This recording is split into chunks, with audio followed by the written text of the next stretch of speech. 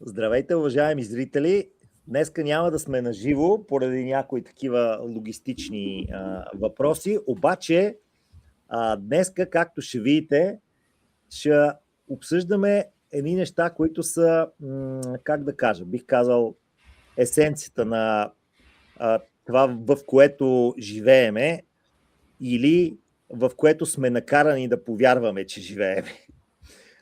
И от тази гледна точка, Иво, ти днеска каза за уважаемите зрители, ти по-скоро си подготвил някакви такива въпроси, задачи, закачки, които да, как да кажа... Малко да те напрегна. Да могат нашите зрители да си отговорят защо ме харесват мене, защото и аз не мога да си го обясна. Сега да видим кой кого харесват. Мога да си изложиш достатъчно в очите на хората и да спрат да те харесват. Освен това... Може и така да стане, да. Винаги. Но нещо исках само да кажа. За разлика от много канали, които разчитат на гледания, ние можем да се излагаме. Те не могат. Ние можем да покажем истинската си страна. Не фалшивата. Така че може да почнеш ти, ако искаш. Ще те почна добре. Значи, първо за уважаемите зрители да кажа, аз никога не гледам в камерата, защото е много нагоре, не знам защо. Уважаеми зрители, Георги изчезна и мислих да пращам полицейски отряд, кучетата от Пес Патрула да го търсят, къде да го спасяват, обаче го намерихме на неговата вила в уединение и смятам да го разпитвам на теми различни от геополитическите, защото той бяга като дявол от тамян от всичко геополитическо, иска да е над тия неща, за разлика от мене. Така че днес ще говорим много малко с неща, свързани с неприятните злободневни теми, макар че може и да прибегна към крайни мерки в някакъв случай. Това, което пие Георги, надявам се, не е ракия, за да се отпусне. Да. Чиста вода, тук е 36 градуса, аз се пота, пека и така нататък, така че ако изведнъж ми спре мозъка да работиш от топлината. Това е, Иво, знаеш ли, що се потиш? Искаш ли да ти кажа? Как да кажа, от духовна гледна. Няма, само се потиш. Защо? Това е живота. Енергия. Изразходват нервните ми клетки някаква енергия преработвам. Както и е, без глупости, да почнем с сериозния въпрос, който съм си го... Значи, първият ми въпрос, който съм си написал, е защо реши така малко да направиш този завой от геополитика, за знаеш колко години вече, повече от 4 години сигурно вече се занимаваш с опитите ти за обяснение на политическите, геополитическите конфликтите, всичко това. И сега изведнъж последните месеци някак си реши да се отдадеш на духовното развитие, духовното отделяне или аз не знам точно какво, но е духовно нещо. Какво те накара да направиш този завой? Иво, виж сега, значи аз ще го обясна по един по-такъв начин. В една книга, която наскоро така чета, там пише, че хората, които отиват към духовния живот, са, как да кажа, разочаровани от другото. В този смисъл, ако по някой път, ние с тебе много сме говорили по въпроса, обаче ако по някой път се чувстваме разочаровани да говорим от това за поредната война, поредните убийства, поредните бомбардировки и по някой път идва време, в който човек така малко си казва, мамка му, защо при положение, че нашия хубав, прекрасен свят е създаден от един прекрасен Бог, който е прекрасен и така нататък, защо, как да кажа, шибания му материален свят не е чак толкова прекрасен? И естествено, като излиеш от тия неща, малко като почнеш да се чудиш, като излееш извън малко обичайната мантра, нали, на разните свети книги, в които нали, тия неща са така добре обяснени и така някакси, не знам дали си забелязал, че при положение, че да кажем, повечето хора, ние нали се наричаме християни, аз поне мисля, че само се наричаме така. Това е като една книга да й лепнеш отгоре един етикет. При положение, че уж ние трябва ние сме някакви такива служители на доброто, нещо доброто никакво го няма. И като почне да си задаваш някакви такива въпроси, като мене, който аз дещо има света книга, съм я поизчел така, не за друго, ами за да видя каква е разликата с другата, да видя в мене какво ще остане от цялото нещо. И аз така забелязах, че аз и на тебе ти казах ония ден, в един разговор имахме, че някои неща почват така да корелират едно с друго и в един момент като така попрочетеш повече неща и почваш да фащаш някакви такива, то като в геополитиката, трябва да знаеш горе-долу кое движи нещата. И сега, тук естествено, Иво, е въпроса, знаеш ли, веднъж един разговор с тебе, аз честно казвам, винаги като се позамисля за някакви неща и винаги се сещам за този разговор с тебе, в който веднъж аз там си говорихме за живота след смъртта. И ти тогава ми каза, ако няма нищо след това. И знаеш ли, този въпрос мен по-скоро ми е интересен, защото смисъл, ти си много умен човек. Аз 100% съм сигурен, че си как да кажа, сигурно двойно по-умен си от мене. Гаранция. Просто това са нещата. Обаче, поне според мен, не винаги трябва да има корелация между ума на човека и това, което е вътре в него. Нали, без да те подценявам по никакъв начин. В смисъл, ние сме различни хора, макар че аз мисля, че сме по някакъв начин еднакви. Не знам, ако искаш, кажи ти малко. Интересно ми е това, което казваш. Няма да се оправдавам. Аз няма да се оправям и изобщо не съм до такава степен замислен в този момент, но моето усещане всъщност ще се върна на това.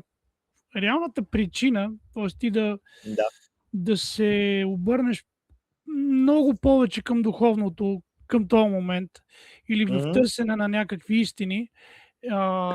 Това е, да, абсолютно. Нали? Така и се казва канала.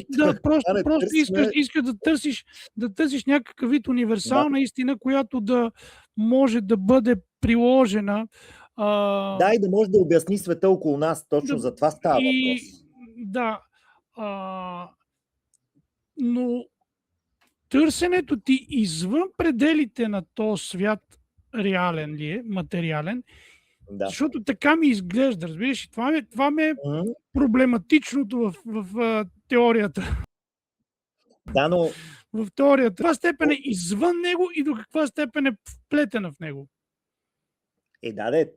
Това е целият въпрос. Смисъл, как двете неща може да ги съединиме.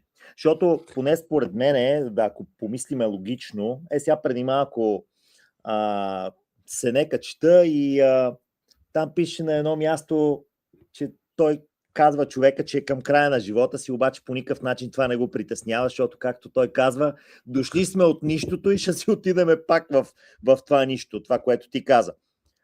Макар че естествено той казва в нищото не защото той смята, че е в нищото, а защото просто да покаже, че там откъдето сме дошли, там и ще отидеме. Да, това е сигурно. Това е сигурно, че сме били много повече, ако можем, ако кажем, имаме съществуване и несъществуване, или т.е. вибрация в този свят. Нали? Не знам на каква честота в момента аз бих казал по-скоро материална и духовна такава вибрация. Но тази духовна, ти не искаш да я отделиш.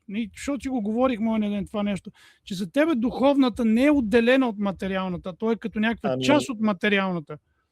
Или не съм те разбрал. Защото има хора, които много рязко казват, добре, тук е този свят, После умираме и е някакъв друг свят, нали, прераждане или каквото и да било там, но той няма нищо друго. Изтрива ти се паметта, не знаеш кой ще може да се запазва. Нямам идея. Аз вярвам в някакви компютърни игри, нали, някакви такива симулации на компютърна игра, аватар филма или нещо такова си го представям, като ми изключат жицата, че ще се събуда като не от матрицата и ще видя другия. Аз съм в стаята, където ми пускат виртуалната реалност, в която живеем в момента и в която си говорим.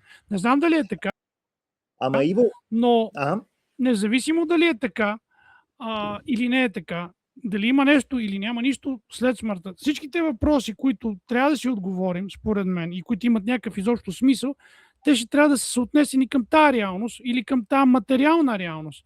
Тоест, как можем ние да проектираме това духовно учение или духовно разбиране или духовно... Как можем да го проектираме в материалната реалност? За да има някакъв смисъл, защото каквото и да мислим, дали ти мислиш, че има 1000 прераждания след това, или аз си мисля, че просто ставам тухло и изчезвам, няма никакво значение. Няма никакво значение за нас и за този разговор и за зрителите. Има единствено значение тук как този разговор и твоето мислене и моето мислене ще се отразят на нас, на този свят, докато сме живи. След това каквото ще да става, не знам. Хубаво е, естествено. Или смяташ, че не е така? Аз исках да ти кажа, че според мен, като говорим за това, примерно ще ти кажа какво мислят будистите по въпроса. Будистите мислят, че ако нали се сеща за думата наречена карма, много интересно, че тая дума не само при будистите важи, ами да кажем и при гностиците, които примерно на тебе не ти ли е правилно впечатление? Аз за това преди малко ти казах. Има такова нещо, че ако си забеляза нашия свят, по някакъв начин се проектира да бъде определен благодарение на някакви, да кажем, свети книги. Примерно нашите избрания народ, които си казват, ние сме избрания народ, Господ нас ни е избрал и затова може да бъдем каквито си искаме. Да убиваме и така нататък, понеже ние сме избрания народ. И сега тук някой би казал, ама какъв е то Бог? Нали, Бог е създател на всичко и така нататък. И давам за пример, ще ти кажа, за да разберат нашите зрители. Естествено, тук вече влизам в една такава дълбока дупка, в която може всичките зрители да ме мразят след малко. Но това е положението. Иска да ти кажа следното. Значи, според гностиците, нашия свят не е създаден от Бог. Тоест, създаден е от, да кажем, ниш Бог, който не е истинския, който не е създал всичко. И според тях, забележи сега, дали това ще корелира с войните и така нататък, за които говориме често, за които и след малко ще поговорим, естествено. Аз искам да чуя някои неща от тебе, защото аз често казвам, не съм бил малко в това, ама ти ще кажеш.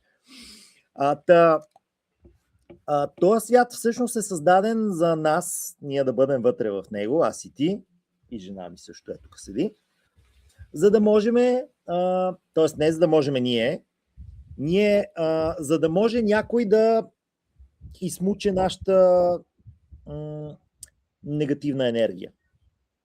И сега, тук като си зададеме въпроса, що има непрекъснато войни, що никога не спират, това не ти ли се струва, че някакси много добре корелира с цялата простотия около нас? Искаш да кажа, че това е една симулация или някакъв свят създаден, който се захранва от негативна енергия, т.е. колкото повече гадости, гадни неща се случват. Точно за това става въпрос.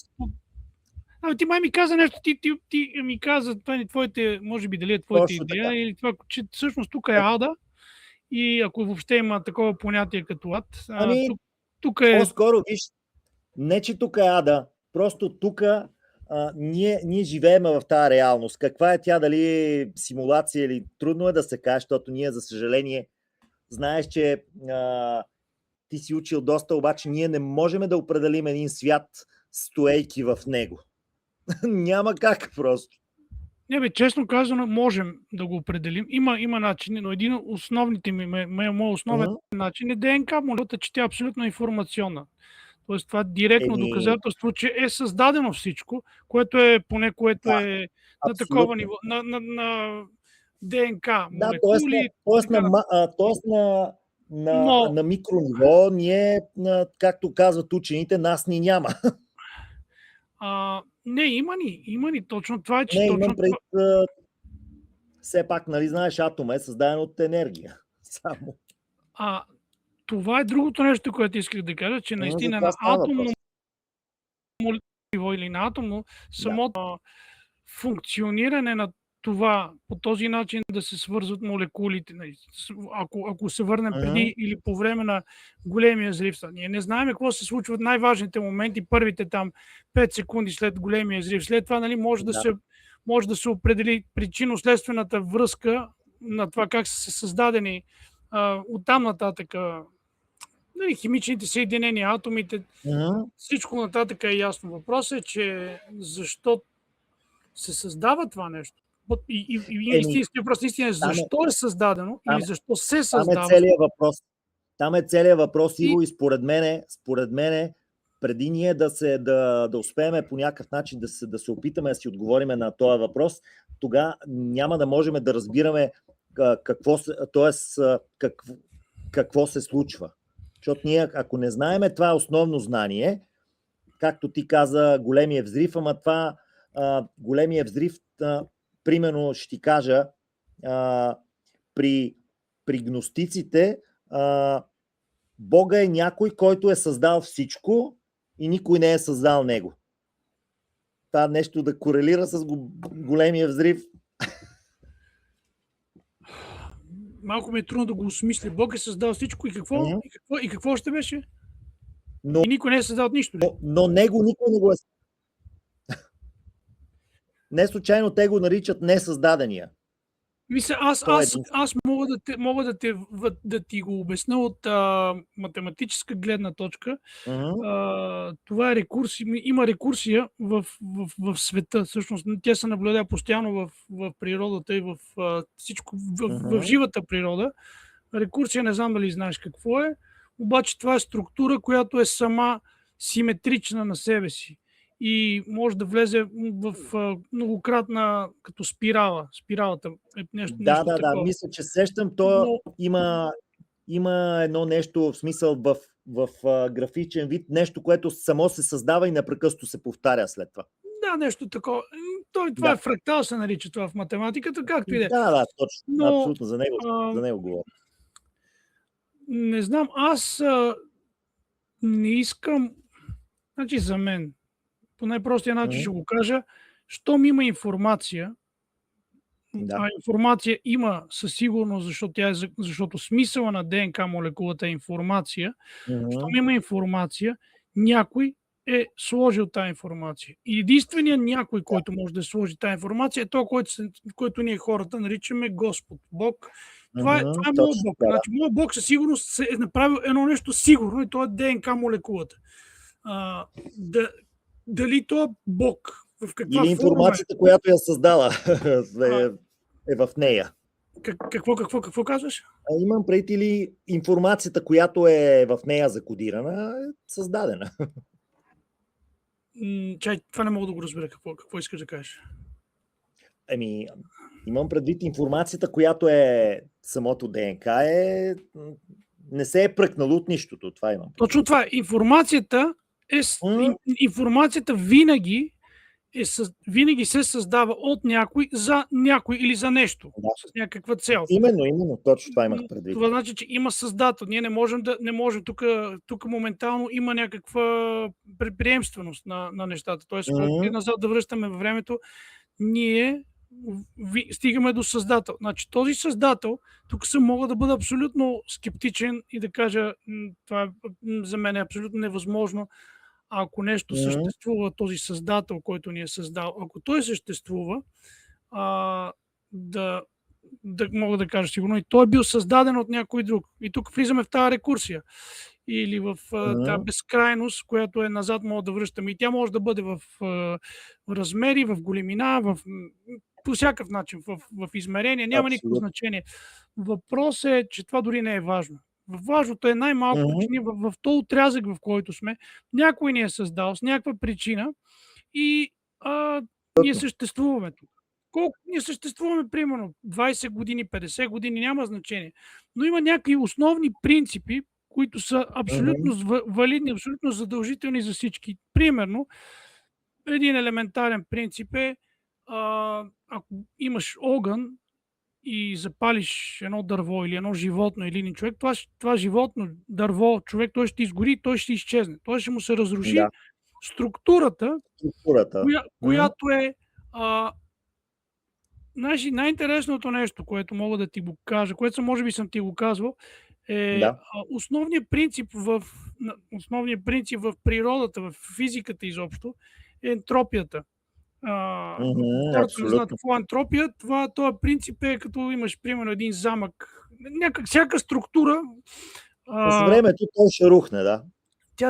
Тя се разрушава. Тоест, принципът е, че всяка една структура с времето става по-проста, разпада се на по-съставни части и накрая остават молекули, атоми и нищо. Енергията, която ти казваш, че всичко сме енергия, тя ще се разпадне. Обаче това... Нали знаеш, че енергията не се губи? Чакай да ти... Какво? Не знаеш, че енергията не се губи. То е ясно за всеки. Енергията не съм сигурен дали не се губи, защото ако влезем имам преди, че ако запалиш някой, както ти каза, има някаква енергия, че излезе от това. Не, значи тя енергията минава от едно състояние в друго, ще се запали в това, ще стане на въглен, този въглен ще има енергия и така нататък, но това не е, но това е в случай, че имаме запазване там, ако сме в затворена система, това е в физиката. Обаче нашата система, ако приемем, че цялата Вселена няма край и всички атоми се разбягат, и тогава енергията ще, dissipate, тя ще се намали, ще стане нищо. Ще стане застинало пространство без абсолютно нищо. Въпросът обаче е, въпросът тук, и то е много ключов въпрос. Ако това е така, сега ще ти дам доказателство, че не е така това, което току-що ти казах. Защото спрямо съвременната физика това е така. Но аз ще ти кажа, ще ти дам доказателство, че не е така всъщност. Ако беше така, ние можем да върнем назад максимално много време. Тоест, няма да има край, времето няма да има край назад. И колкото е по-дълго назад, не би трябвало. Значи, ако си представиш, че времето всъщност е безкрайно, ако си го представиш това нещо, това значи, че ние вече трябва да сме в този... Ние трябваше вече да сме в този момент. Разбираш ли? Няма причина, поради която молекулите да се свържат. Няма причина, поради която да се съединят молекулите, да се получават атоми, да не говорим за сложни структури и така нататък. И най-важното нещо, през всичките тия хилядолетия или много милиони години, създаването на сложните молекули или на ДНК молекулите върви точно наобратно на принципа на ентропията. Всяка моя клетка, всяка твоя клетка се усложнява, а не се опростява. Виждаш едно дърво и с времето то става по-сложно и по-сложно. То върви наобратно. Тоест, целият принцип е нарушен. Ако този принцип е нарушен, значи ние всъщност живеем в някакъв много по-различен свят, построен на друг принцип. И тогава да се върнем към най-основния принцип. Моята идея е следната. Как да запазиме да сме в хармония с този принцип? Защото очевидно принципа всеки в себе си го знае. Не трябва, като имаш клечка кибрид, не трябва да запалиш дървото. Нали? Ако имаш човек до себе си на магистралата, не трябва да го убиеш. Не трябва да го унищожиш. То принцип, в който всички живеем в хармония едни с други, за да запазим структурата максимално дълга на света, в който сме. Моето ДНК, твоето ДНК, къщата ти отзад или дървото, което е пред къщата, котката ти, всичко това трябва да го запазим. И всеки, който се опитва максимално много да руши, просто да нарушава този основен принцип, аз мога да го нарека зло. Значи, примерно, Добре. една държава Добро решава да... определение. Една държава решава да казва, знаете ли какво? Има Да, тук една така е. територия, която искаме да я унищожиме, да изравниме с земята и да направим геноцид, примерно. И те почват да убиват всички, всеки безразборно. Това нещо е абсолютно зло, просто защото ти нарушаваш този елементарен Точно основен така, да. принцип. Оня ден, Но- всъщност вчера гледах... Забеляваш ли колко е странно, Иво, че когато се прави според някаква си там книга, която никой не знае каква е, това е Именно, окей. именно, не, виж сега, книгата, Колко може да бъде оправдано. знаеш, и това първо не е оправдано, второ, всеки може да чете Евангелието като дявола. Тези хора го Точно четат така, точно абсолютно. по този начин и могат да си измислят всичко. Така че Да. книгите не са лоши. Всяка една книга сама по себе си дава знание, някакъв натрупан опит на хората, които са били съществували тогава. Въпросът е, Иво, това тънкото нещо в тебе, какво ще го направи това знание? В мене няма никакъв проблем какво ще го направи. Въпросът е, че има една сурия от хора, които имат огромно влияние по някакъв начин. Или решават да се обединят да направят нещо лошо. Значи някакви хора решават да направят нещо лошо. И има огромна друга група, има две други групи всъщност. Едната е, която им правят лошото. Те, които ги убиват. Обикновено те не могат да отговорят, защото са вече мъртви. Значи, това мога да се съгласи с мене, може да вярваш, че има живот след смъртта, обаче не вярваш, че трупа ще стане като зомби, да почне, нали, като в компютърните игри, които играе моят син.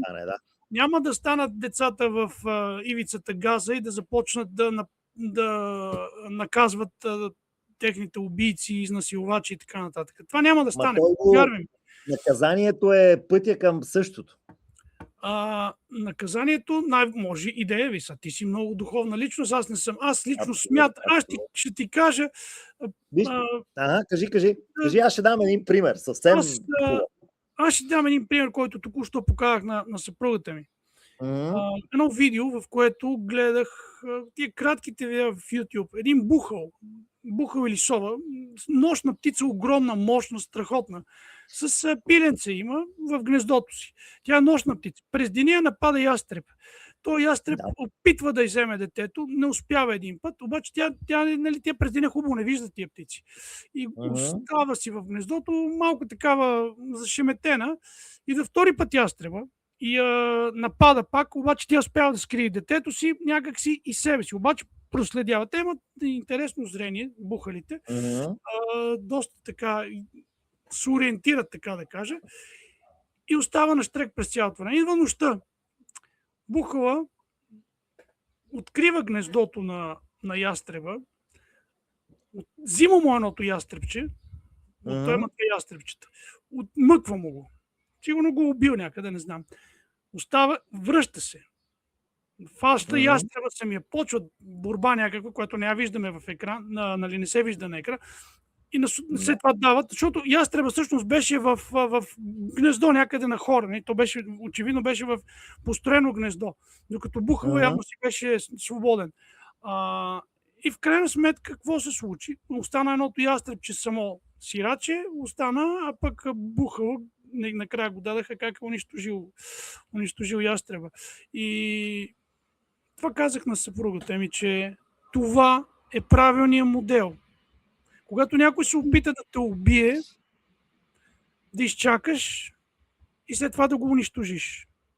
За мен това е правилният модел, за да може да оцелееш.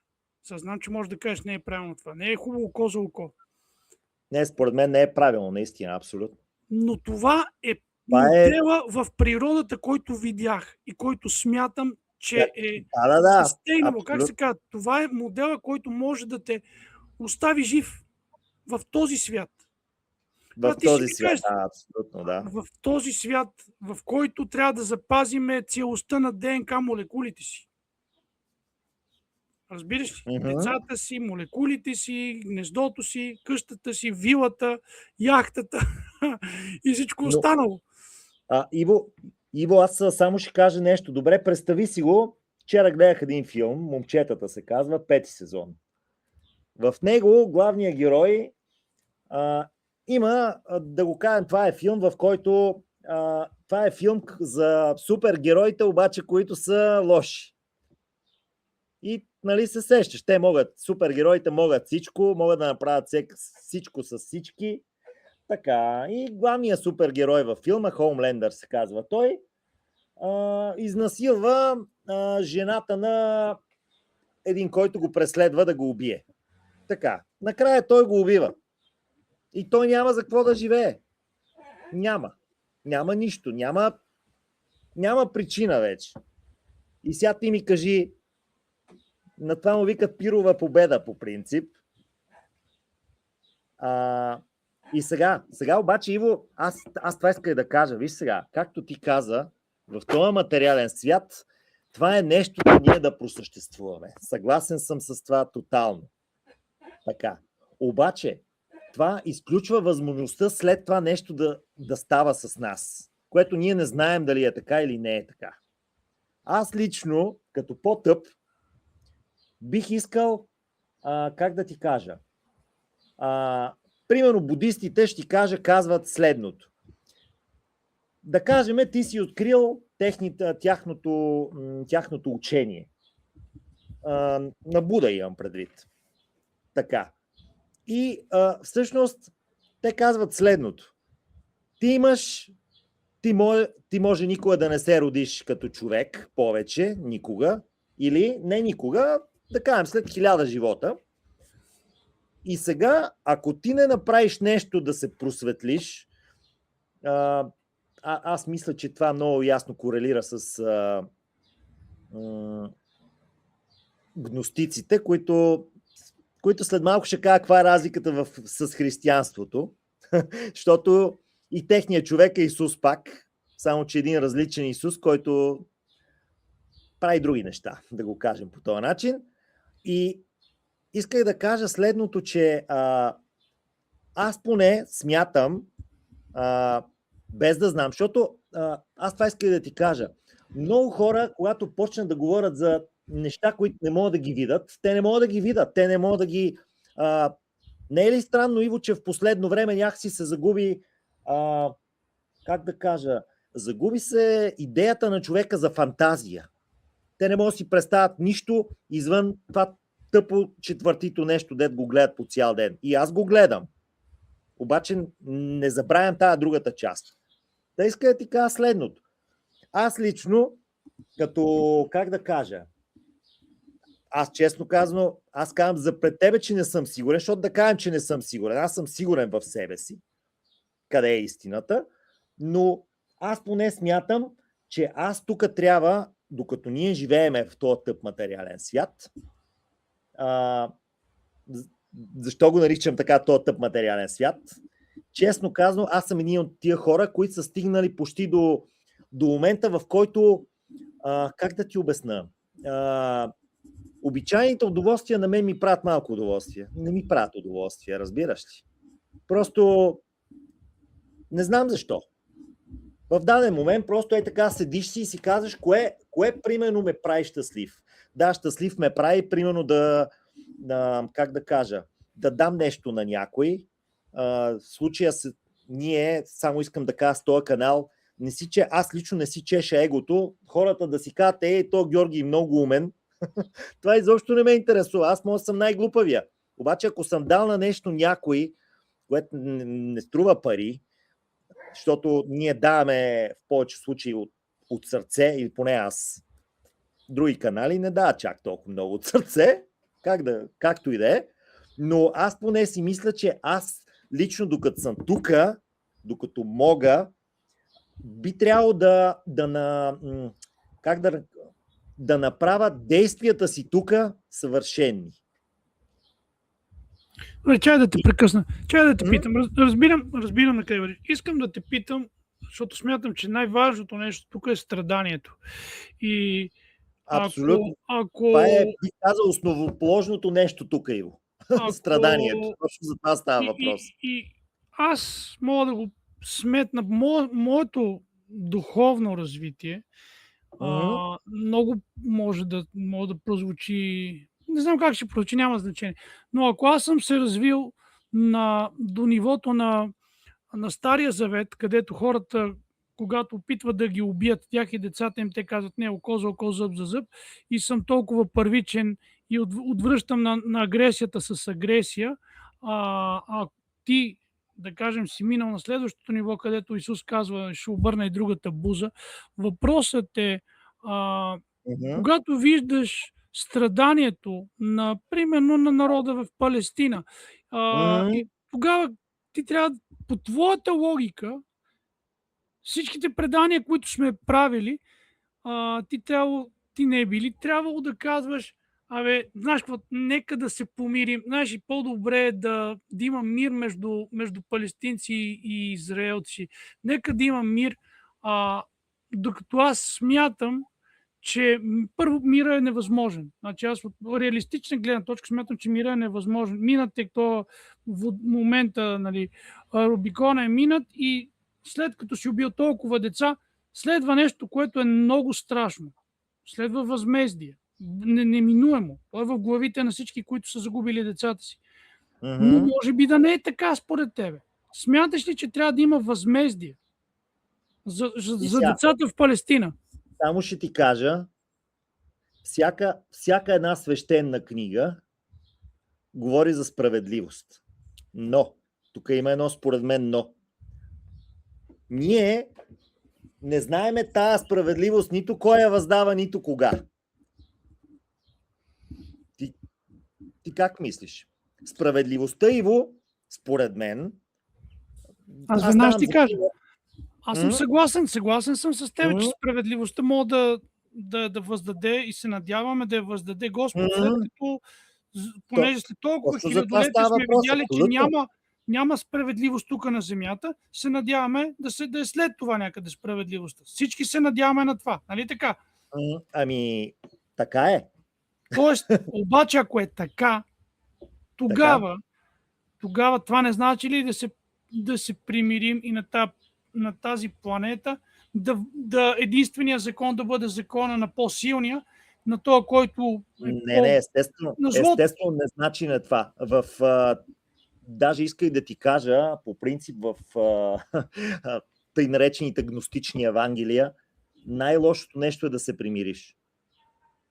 Тоест, там, между другото, много интересно е и там няма понятието грях няма такова понятие, но понятието грях е, как да кажа, всъщност там понятието грях е да не осъзнаваш светлината в себе си. Добре, какво значи да не се примириш? Ти каза, не може. Какво значи тогава да не се примириш? Не значи ли да отмъстиш? Аз не мисля, че отмъсте. Аз не случайно ти казах преди малко, Иво, че отмъщението ти... Представи си, Иво, че на теб това ти се случва. Това отмъщение след това какво ще ти донесе? Ще върне ли убитите хора? Ще ги върне ли? Или ти ще живееш до края на живота си с това? Не, знаеш, аз ти кажа как виждам аз света. Моят свят не е нищо друго, освен моето семейство. И това е. Дотам приключва моят свят. Това е моят свят. И ако някой наруши... Поне според мен това е грешно, да. Тотално. Това според теб е грешно. Абсолютно. Но аз ти казвам моят свят как е. Да. Аз казвам моята гледна точка. И ако някой го наруши и унищожи моят свят, аз нямам повече място в този свят. Аз в другата част от света, където хода до магазина, работа, мога да ти кажа всички хора, които, защото все пак доста дълго време поддържах връзка с хората от Ангели на пътя и четях постоянно всички истории на родители, които са загубили децата си. Те искат да въздават справедливост. Обаче не говоря за справедливост тук, говоря за нещо друго. Човекът, който е загубил детето си, той е мъртъв. Казвам ти го откровено. Не съм съгласен с това. Тотално. Смяташ, че тия хора продължават да живеят нормално или да живеят въобще? Иво, не съм казал, че... виж сега, значи, тук говорим поне за нещо такова. Сега ще ти кажа, примерно, в будизма има едно основно правило. никога, забележи, те го наричат една от 5 отрови, така го наричат. Това е, ще ти го кажа на английски, attachment към някой или нещо към някой, в повече случаи. Така. Тоест, аз ти в смисъл, давам за пример, представи си, нещо се случва с най-близките ти. Ма никой не ги убива. Пада самолета. Ти ще се самоубиеш и след това. Естествено. За мен няма абсолютно никакъв смисъл да остана. Наистина. Никакъв смисъл няма. Абсолютно никакъв смисъл няма аз да продължа. Може би е така, но аз лично според мене не знам, може би това е моята тъпа гледна точка. В смисъл, ние сме тук на тази земя, за да бъдеме, как да кажа, ръцете, очите, ушите на този дет ни е създал. Който и да е той. Няма да кажам кой е според тая книга, оная книга, след самия тая. Добре, това е твоята гледна точка. Аз пък мисля, че този, който ни е създал, най-важната роля, която ни е отредил, е да имаме свободна воля, да изберем.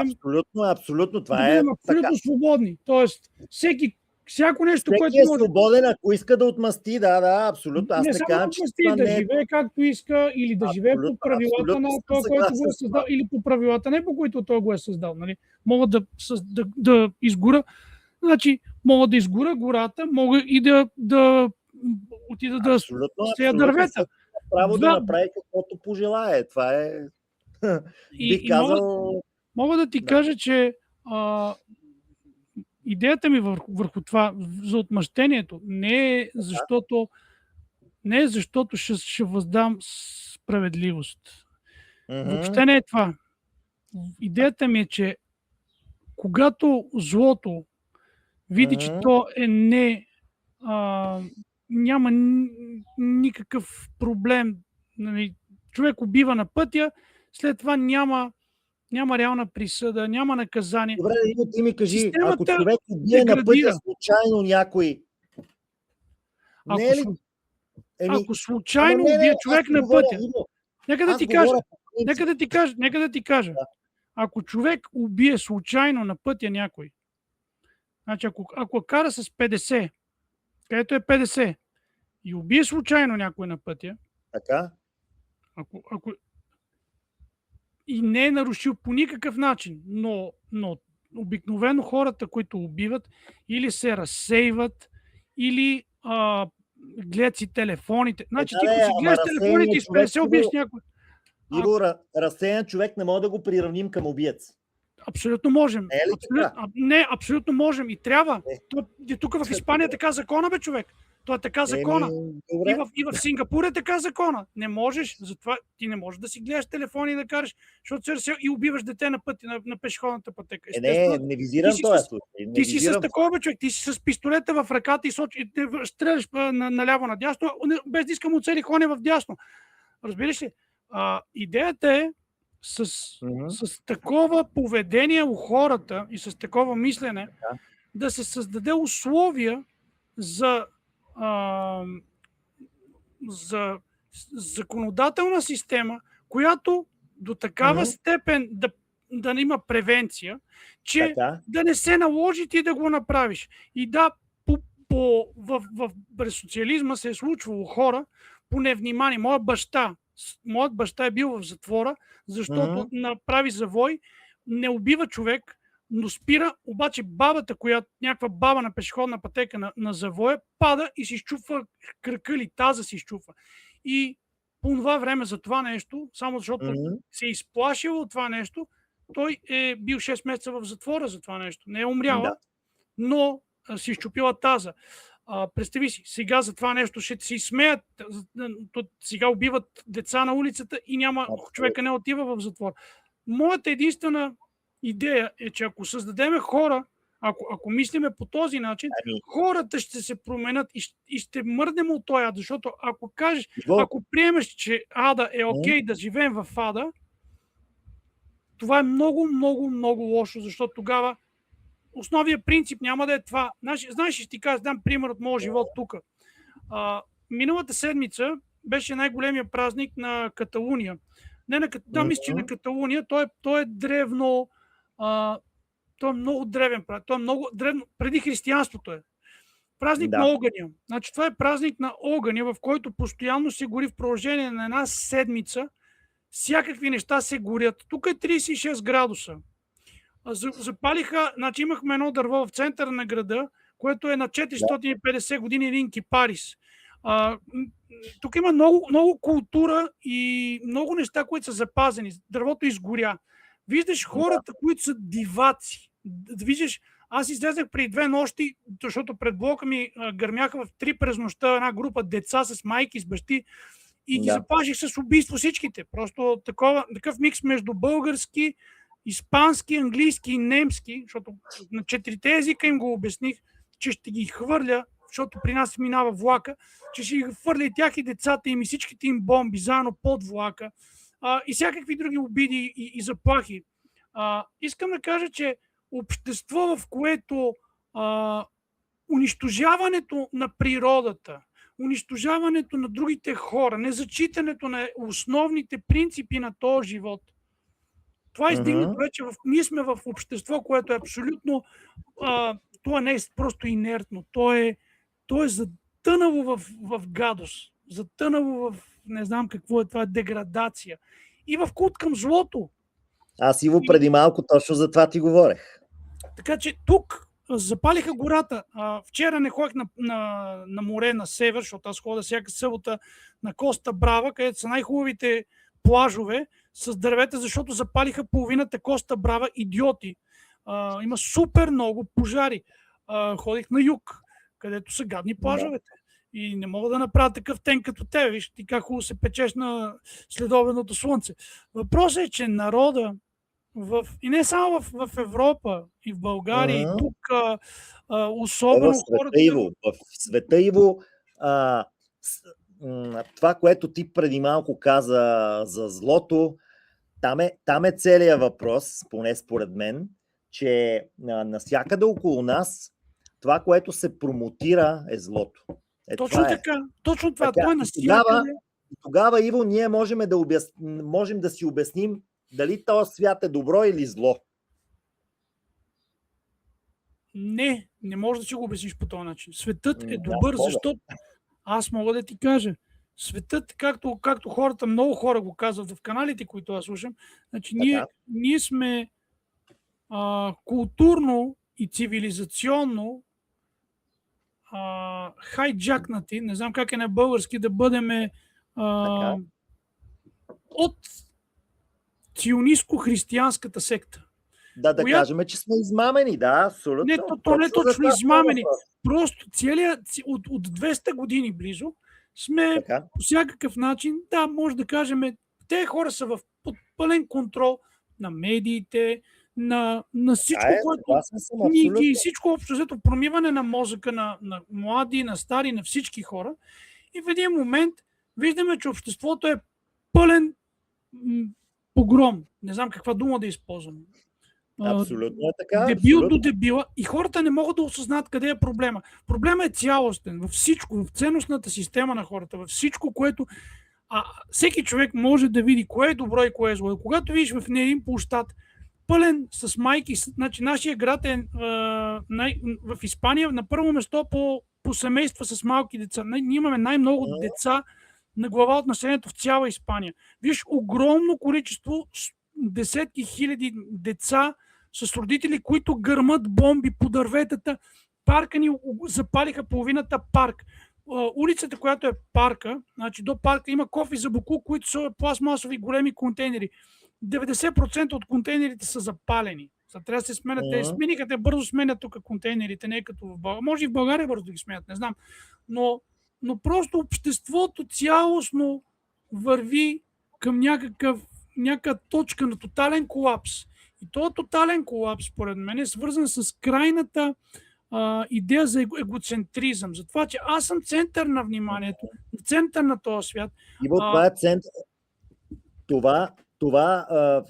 Аз бих казал, че това е и материализма. Аз съм най-важен. Не мисля, че материализм е това. Мисля, че просто... Добре, а кое?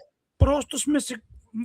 ще ти кажа, това ми беше последния въпрос, който съм обяснял тук съм си записал за за примерите на държави, с които имат различна духовност. Значи, най-хубавият пример, който мога да кажа, където съм живял, е Япония. Япония е страната, в която хората всички се стремят да са минимално да се натрапват, минимално да унищожават природата, максимално да са в хармония с останалата част от обществото. Там каква, да го кажем, духовна насоченост имат? Ами, не знам точно какви бяха, забравих името. Шинтуисти по-зна. Да, това е да кажем вариант на будизъм, да. Точно така, да, шинто. Има голяма степен са хора, които не вярват. Значи, половината общество са шинто, точно така, както кажем. Другата част, по-голямата, между другото, са, как се казва, хора, които не вярват в абсолютно нищо. Аз съм си говорил с японци именно на тази тема и те вярват, че когато умрат, значи половината вярват, че се превърнат в цвете, в дърво, в куче, а другите смятат, че ще изчезнат. Но това не ги... Затова искат да направят максимално добро на всички, докато са тук. Някакси това имам пред.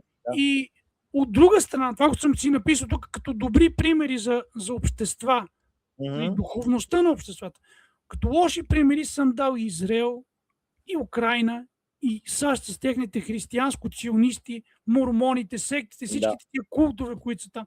Също така съм дал и Европейския съюз, защото ние сме приели някакъв вид съществуване за нормално, в което аз имам право да съм на магистралата цар. Значи, когато аз кача на колата, всички трябва да минават вдясно, да минавам аз. Нали? И ако бутна някой, съжалявам. Това нещо, ти казваш, може би, че не трябва да го отстраня. Аз мятам, че всички убийци на пътя трябва да отидат в затвора, докато се намали, докато се смени народопсихология, докато се смени, дори не народопсихология, докато се смени модела на мислене, че не магистралата е моя. Аз когато вървя на улица, когато карам на улица, където ограничението е 50, аз карам с 30. Защото внимавам, че мога да изкочи куче, котка, тук има котки. Ама това си ти, аз карам така, ама точно, ние това се опитвам да ти кажа. И на мене може да ми се случи. И аз съм казал на жена ми, ако убия по погрешка някой, защото съм уморен или разсеян, аз ще си изтърпя цялото наказание, защото си го заслужавам. Защото човек трябва да го изтърпи това нещо. Иво, виж сега, аз само исках да кажа, ние преди малко говорихме за отмъщението, но това според мен е частичен случай. Ти, ето както ти каза сега, ти вярваш, че когато си виновен за нещо, трябва да бъдеш наказан за нещо. Аз съм съгласен супер много с това. И 100% съм сигурен, Иво, макар че не е моя работа аз да отмъстя за някой. Не, разбира се. Обаче ще бъде въздадена. 100% съм сигурен. Аз също го вярвам. Въпросът е друг обаче. Че докато ние живеем, аз ще кажа нещо много интересно, но докато ние живеем в този свят, първото нещо, с което ние трябва да се съобразим, е така наречения обществен договор. Значи аз започвам да чета страхотна книга, не знам дали си е чел, на Русо. Общественият договор, който всичките негласово сме подписали, е изключително прецакващ ни към този момент. И ще ти кажа защо. За много неща много ни прецаква. И хората не си дават сметка за това. Най-елементарният пример ще дам. С ChatGPT говоря тук последните 2 дена на тази тема и тя е следната. Очевидно вървиме към война с Русия, директна война с Русия и спрямо европейското законодателство. Поредната, няма как. Да, но спрямо европейското законодателство ние всички ще подлежиме на задължителна мобилизация. Аз обаче го казах много добре на ChatGPT. Аз първо не искам да се бия с руснаци.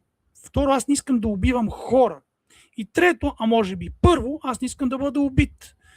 Искам, защото преди го питам за мобилизации, за обществен договор и така нататък, го питах нещо по-просто.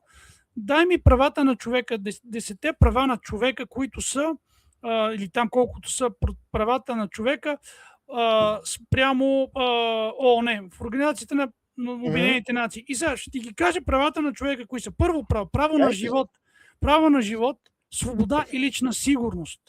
Усещаш ли как ще те мобилизират и ще ти нарушат моментално най-важното правило? Да. Второ, равенство пред закона, защита от дискриминацията. Свобода на мисълта, съвестта и религията. Свобода на изразяване и достъп до информация. Значи, представи си какъв достъп до информация имаме. Ние, щом още ни забраниха руските медии и в момента, ако репостнеш нещо от Russian Today, вече си подлежиш на затвор. Не знам дали го знаеш, казвам го на зрителите, да не споделят нищо от Russian Today, защото отидат в затвора в Европейския съюз, става дума. Значи, свобода на мирни събирания и сдружавания, право на участие в управление на страната чрез свободни избори, право на труд, справедливи условия на труд, право на образование. Това нещо ти е ясно, че в България отдавна го няма. Право на здравеопазване, и това го нямаме. И достоен жизнен стандарт. Че си натиснах тук. И последното, право на защита от изтезания, робство и произволно задържане, което е произволното задържане и изтезанията са в момента ежедневие в Украйна от режима на Зеленски, ежечасно при мобилизациите. Точно и аз за това си мисля, като го каза това. Но тук говорим и за изтезания от страна на Израел, който, знаеш, дори ги показва, дори министър Кацли, как се каже, те изтезаваха хората, които са европейски граждани, испанци, имаше и българин от флотилията, която отиде просто да даде хуманитарна помощ на хората в Газа. Тоест, живеем в нещо, което е много, много зле. Значи, ние докато стигнем до отмъщението, сега ще ти кажа, значи, ако ние живеехме в нормално общество, което поне да се спазват основните човешки права, ние нямаше да говорим нито за отмъщение, нищо, просто законово нещата щяха да бъдат така уредени, че убийците или щяха да бъдат толкова малко, че нямаше да бъдем въобще да ги обясняваме тия глупости, или закон ще си извърши работата. Нямаше да си има нужда от отмъщения, от всякаква такава намеса на хората, така. Но тези неща всичките ме наведаха на тия мисли, защото последното предаване на Геворг Алмасяни и Тарек, не знам дали го гледа, обясняваше Тарек Кирил Амар, това обясняваше, че нещата вече са, за съжаление, стигнали до там, че няма как, просто няма как без реална революция да се промени цялата система, защото всичко, което виждаме, от до, ние нямаме нито един позитивен пример в Европейския съюз. Ако се ограничим в този Европейския съюз, в който живееме, нямаме нищо, което да е нормално. До толкова е крива системата. Нищо не е окей. Ти преди малко прочете тия права. Аз не знам, ако стигаме до там да четеме какво ни пишат, какви глупости. Това са правата на Организация на Обединените нации, ООН. Идеята е, че това е именно фактите са, че просто всичко вече е нарушено. И най-важното нещо, аз което питах ChatGPT, защо по дяволите аз тогава, когато всичките ми права са нарушени, защо аз трябва да спазвам обществения договор? Аз му казах така, защо просто да не си изхвърля българския паспорт? Когато дойдат да ме мобилизират, аз си изхвърля българския паспорт, ще кажа, съм гражданин на никой. И той тогава каза, виса, не е хубаво това, защото нали, ако нямаш паспорт, не мога да отидеш на болницата, имаш много неща стават лоши. Аз ти кажа какво е решението на този проблем. Накрая ще кажа и решението за всички българи, които ни слушат, как да си решат проблема с мобилизацията един ден, когато настъпи. Включително и на тебе. Но забрех си мисълта. Също ще ти кажа, какво ми каза ChatGPT. Не, ще каза следното. Първо каза следното. Аз го питах, защо по дяволите трябва да има задължителна мобилизация? Защо аз трябва да умирам за някаква страна, която не искам нито искам да умра за Испания, нито искам да умра за България, искам да съм жив. Имам хора, които да се бият, които хора искат да се бият, аз няма да се бия. Георги, да те питам тебе, ти ще се биеш ли за България? Срещу Русия, примерно, защото ти срещу друг няма кой да се биеш там. Срещу съседа няма да говорим за съседа, ако те дразни, това е друг въпрос. Съседа ме дразни, да, по принцип. Говорим но срещу Русия. Ще отидеш ли се биеш, ако има мобилизация обща? ако си забелязал, никой не ходи да се бие сам, защото много иска.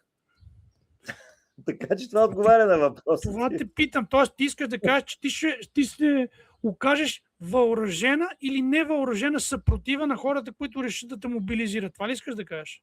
То ще нарушиш закона, защото аз много добре четах законите. Това ще е нарушение на законите. Мобилизацията абсолютно, по време на война. В затвора в този смисъл, да. Няма да те вкарат в затвора. Много се надявай се да те вкарат в затвора. Нямаше. Ще те пратят просто с джипката, ще те пратят 3 дена обучение и отиваш да се бие с руснаците. Това е начина. Аз мога да ти кажа 2 начина, сега как да не се случва. Тоест искаш да кажеш, че ти не си такъв патриот, който ще умира за България. Така ли? Поне да сме на една линия, да знам къде си. На една линия сме, да. Добре, чудесно. Сега ще ти кажа какво правят в Украйна тези, които нямат втората идея. Чупат им краката. Карат жените си да им щупат и двата крака. Ако ти щупат и двата крака, ще кажеш на твоята съпруга да ти щупи краката и няма да ходиш войник. Това е едно решение. Да, много ще й хареса това. Малко е болезнено, обаче пък си заслужава усилието. Другото, което е наистина, гледах едно интересно решение, което ми предложи ChatGPT, да си смена гражданството. И го питах кои държави така предлагат хубави, ефтини гражданства. Чакай да намеря кои бяха. Аз знаех, че рано или късно трябва да станем африканци, ама... Чакай, защо чак африканци? Той има много хубави държави, където няма нужда чак толкова далече да се ходи. Къде обаче? Нещо топло изплаш ли ще ми предложиш? Или... Да, добре, само една се сещам, защото все пак много хубава държава. Казваме всички българи, които не са били в Доминиканската република, отидете и си останете. Това е. Доминиканската република е много хубаво место. Аз наистина имам брат, който е живял 16 години в Доминиканската република, така че браво. Казвам, там е хубаво. Освен това, мога да кажа и другите няколко прекрасни държави. Една от тях е Аруба, където убиха Поли Пантев. Също хубаво место. Там значи намекваш, човек трябва да се превърне на нещо като мутър. Не, изобщо не. Хубаво место е с хубави спомени. Аруба, Тринидад и Тобаго. Това са все островчета, приятни горе над Венецуела.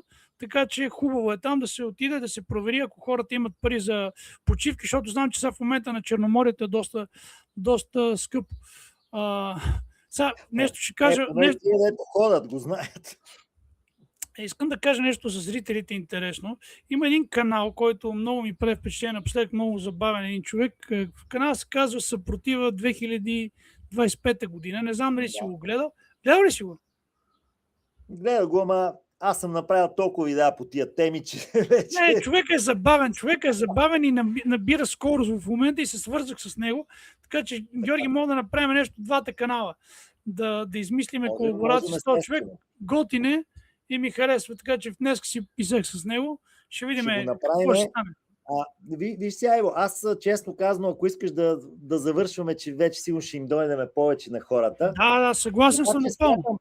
Смятам, знаеш, нещата, които така ги загатнах, аз, знаеш, винаги се чуя защо хората трябва да ги кара някой да правят нещо или да четат там нещо или така нататък.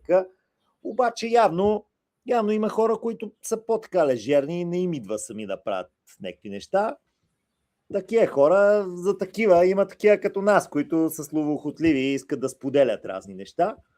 Ще направим след някакви по-специфични предавания върху тия неща. Аз се радвам, че все пак човек трябва да има някаква глава на раменете, за да отстоява някакви позиции. И естествено повечето хора ще са на едната или другата позиция, примерно преди малко това, което ние говорихме. Аз, как да ти кажа, аз мисля, че въпреки това да сме по някой път на отделни позиции, хубавото е, защото трябва да има диалог за това. И ти много добре го каза, че когато нещата стъпат на ясна правилна основа човешка, тогава няма да се стига до това, за което ти говориш. За съжаление обаче, явно света е построен с друга основа. Аз това точно исках да ти кажа. Аз много... Примерно, не ти ли е това, което казахме за злото и за страданието? Не ти ли е много интересно защо? Как може единствено страданието да е единственото константно нещо в нашия живот? По един или друг начин. Не е ли така, ако се позамислиш? Не знам дали е Дали константно. емоционално, физическо или каквото и да е друго. Мисля, че това Виж, и когато има книги, учения и така нататък, които говорят по въпроса, те просто трябва да ни накарат ние да си зададеме тия въпроси и да се кажем, това нещо като не е правилно, защо е така? Нали така? Като нормални хора. Знаеш ли какво е най-странното? Когато си минал през някакво много голямо страдание, като това, което се случва с еврейския народ, през времето на Втората световна война, би трябвало да си извадиш изводите, че страданието е нещо лошо и по-добре да не го причиняваш на никой или на теб, защото ще ти го причинили на теб. Но явно така не работи човешкия мозък. Точно, аз това не, човешкия мозък, според мене, не знам дали си забелязал, виждал ли си 2-3 годишни деца, които искат да отмъщават на някой? Май не. Не, вероятно. Не е ли много странно, че тия работи с течение на времето някой ни ги някаква революционна философия или не толкова революционна? Тук не говорим за отмъщение. Не отмъщавах. Моето дете винаги отмъщава. И двете ми деца са много отмъстителни. Те са като мене. Аз съм ги научил да са силно да любят и мразят. Тук не говорим за отмъщение обаче. Тук говорим в конкретния случай, примерно в конфликта в Близкия изток, е просто едно желание да унищожиш една нация, за да можеш да заграбиш територията. Това е някаква виталчност. Значи това ми напомня на Чичо Скруч от Патешки истории. Имаше едно детско, където колкото съм по-богат, толкова съм по-щастлив. Ако можеш съседа ми да умре, да му взема и къщите и тя да бъде моя, ще е най-добре. Тази философия не е окей. Ама ти, знаеш ли, аз искам да ти кажа, че тия хора, които мислят така, те мислят тук и сега. В смисъл, тук на тая земя. Ние правим едни работи, после ще видим. Ние понеже не вярваме в нищо после не мога да тук си изключително прав, между другото. Защото аз не мога да си представя човек, който ще убие дете и този човек също така да има някаква вяра в нещо. Точно така. Това са хора, Иво, които не вярват в абсолютно нищо. Така, тия хора могат да ги накараш да повярват и в нещо, което ти си решил. Така е. Примерно, знаеш ли, само ще дам един пример, че в смисъл днеска и вчера ми е в главата. Аз ти показах преди малко една книга, в които са будистските учения.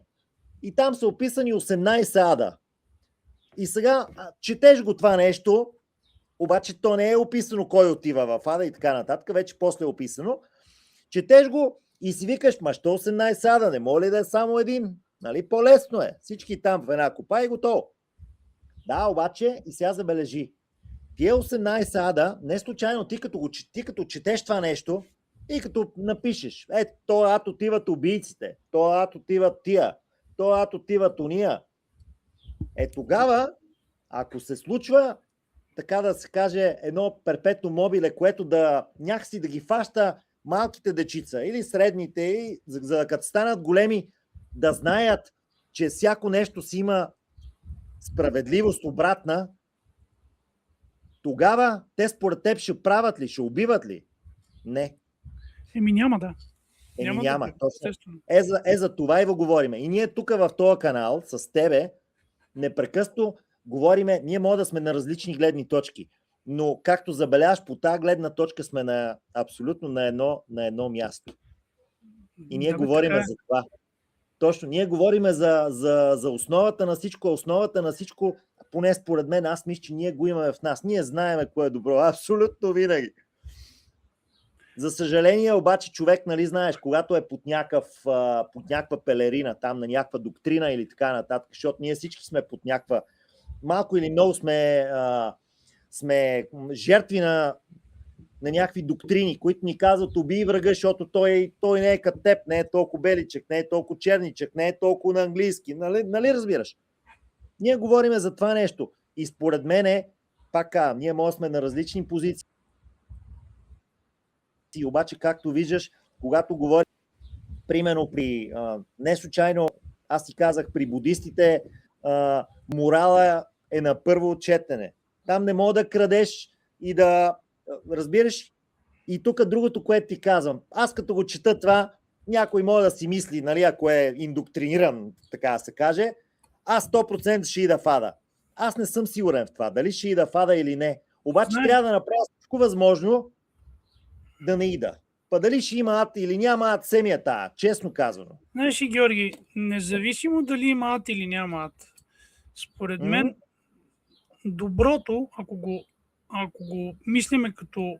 Ако питам какво е всъщност, какво трябва да е доброто, ако един съвременен човек ми казва доброто, това, което е добро за мен, без значение дали как се отразява на другите. Това е пак индоктриниране.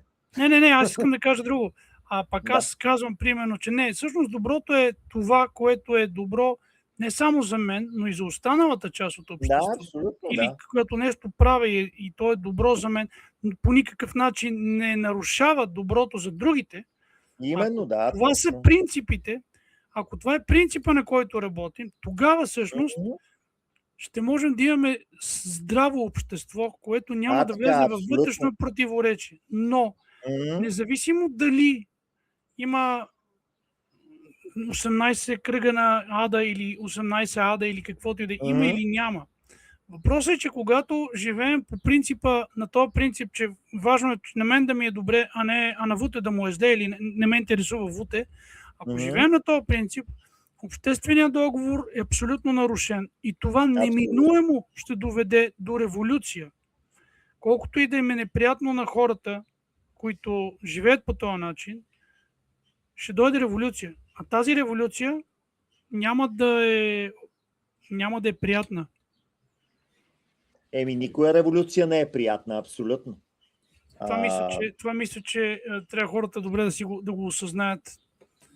Да, така е, абсолютно. Съгласен съм.